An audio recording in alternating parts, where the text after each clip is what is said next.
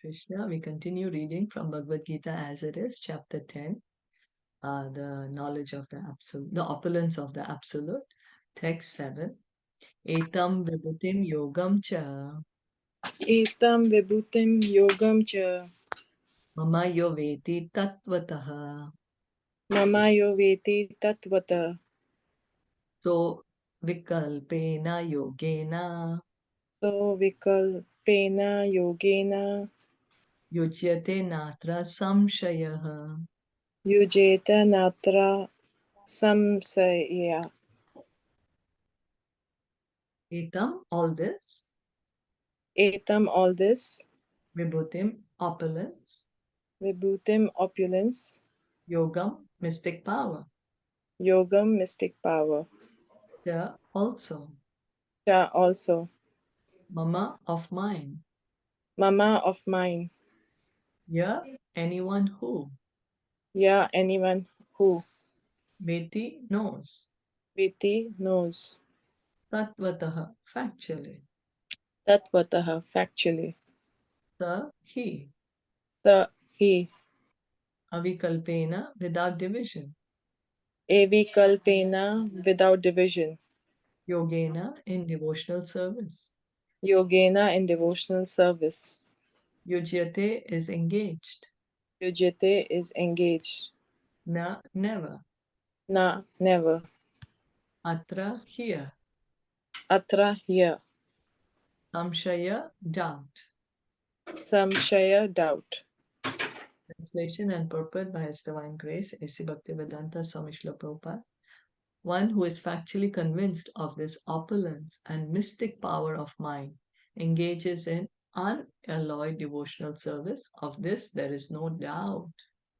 So, Krishna is saying, one who has the knowledge of Krishna's opulence, of Krishna's mystic power, one who's convinced of this knowledge, he becomes a pure devotee. And then Krishna says, of this, there is no doubt. That is the natural position of every living entity. When we understand Krishna's opulence, Krishna's position, automatically one will become a pure devotee. The highest summit of spiritual perfection is knowledge of the Supreme Personality of Godhead. So knowledge, Gyan, we all want knowledge. There's so many different branches of knowledge. But what is the perfection of knowledge? Perfection of knowledge to understand the Supreme Lord, Sri Krishna. Unless one is firmly convinced of the different opulences of the Supreme Lord, he cannot engage in devotional service. So till the time we don't understand Krishna's position, we don't understand his opulence, we are like, why should I worship Krishna? Why not worship me or someone else? Why should I worship him? Generally, people know that God is great, but they do not know in detail how God is great. We very casually say, oh, God is so great, God is so great. But how great is he? Do we ask that? Why do we say, oh, why are you saying God is great? Can you please explain me his greatness? So, this is what we need to understand the greatness of God. Here are the details. If one knows factually how God is great, then naturally he becomes a surrendered soul and engages himself in devotional service of the Lord. You know, in our life also we understand, oh, this person is superior to me. He has he is better than me in this thing. We surrender to that person. We learn from them, or we may serve them, or different things. Similarly, if we understand the greatness of Krishna, naturally we will surrender to him and then engage in his devotional service. When one factually knows the opulences of the Supreme, there is no alternative but to surrender to Him. This factual knowledge can be known from the descriptions in Srimad Bhagavatam and Bhagavad Gita and similar literatures. So, how to understand Krishna's greatness? We hear from the devotees, from Srimad Bhagavatam, from Bhagavad Gita, and we can understand this knowledge, which is a factual knowledge, not some knowledge which is relative to a certain time, place, circumstance. No, knowledge of the absolute truth is absolute knowledge. In the administration of this universe, there are many demigods distributed throughout the planetary system, and the chief of them are Brahma, Lord Shiva, and the four great Kumaras and the other patriarchs. So, the demigods, who are they? They are living entities, but they have some desire to have some control, some power. So they are put in these different departments to manage the universe, in the administration of the universe. Like in a government, there is the Minister of Transport, Minister of Education, Minister of whatever, Agriculture.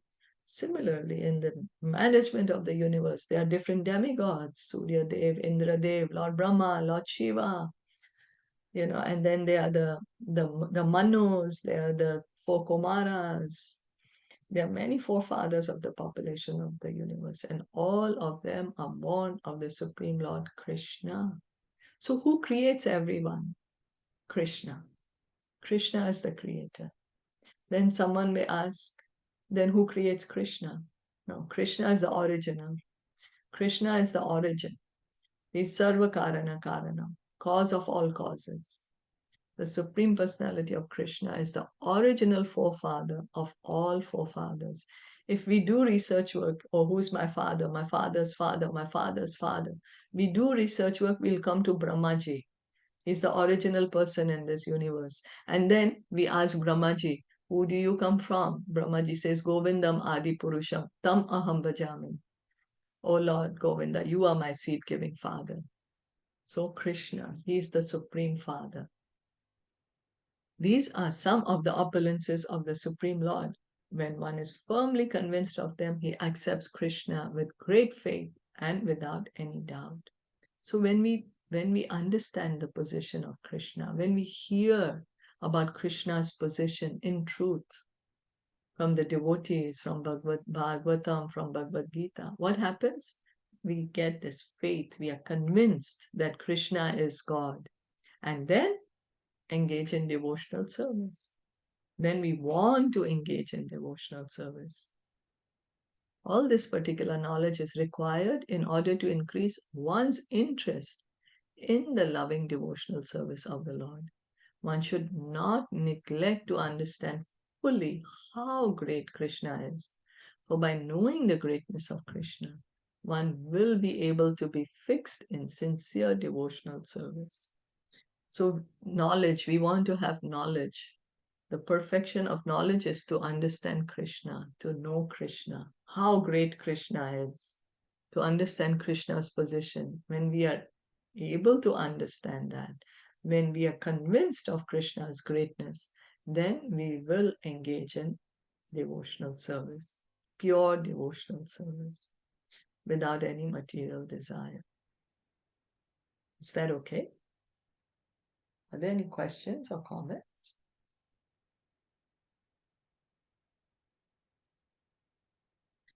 Okay, thank you so Krishna much for Shila. listening and joining in. Bhagavad Gita ki jai, Srila Prabhupada ki jai, Gaur Bhakta Vrinda ki jai.